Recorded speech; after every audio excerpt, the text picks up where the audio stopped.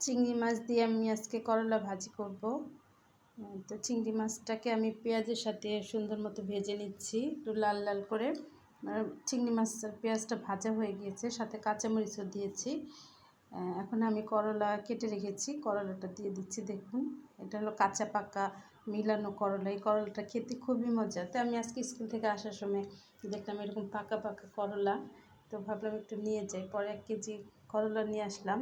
আমি দেখে দেখি পাকাটা নিয়ে আসলাম বেছে বেছে, সাথে কয়েকটা কাঁচাও নিয়ে আসছি। তো অনেক বড় বড় ছিল করলাগুলো খুব সুন্দর। আর এই হলুদ করলাটা, পাকা করলাটা মাছ দিয়ে খেতে কিন্তু খুবই মজা রান্না করলে। আমি ওই জন্যই এনেছি।